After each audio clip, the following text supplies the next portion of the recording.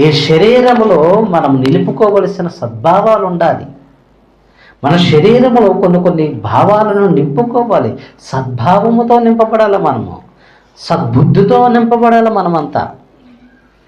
కాబట్టి ఈరోజు మన ఎదుటింటున్న సహోదరుడిని మనం ప్రేమించలేని తత్వం కలిగి ఉంటే దేవుడు మనలోనికి వచ్చేస్తాడా? మనలో నివసిస్తాడా? నీ సహోదరుడిని ప్రేమించలేని నీవు దేవుడిని ఎలా ప్రేమిస్తావని లేఖనమేమైపోవాలి చెప్పండి. లేఖనమేమైపోవాలి. మనమంతా స్వతంత్రులుగా ఉంటుటికే పిలువబడ్డాము కదా బాప్తిస్మం పేరుతో. బాప్తిస్మం పేరుతో యేసుక్రీస్తు రాజ్యములోనికి స్వర్గమిచ్చి సంపాదించిన సంఘముగా మనం సమకూర్చటానికి దేవుడు ఆకర్షించి తన పరిశుద్ధాత్మను వరముగా ఇచ్చి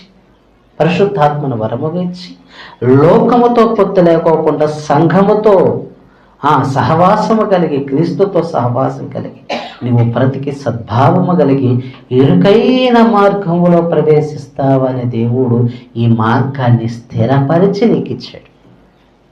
ఏం చేశాడంటే స్థిరపరిచి, తెలివితో స్థిరపరిచాడు దాన్ని.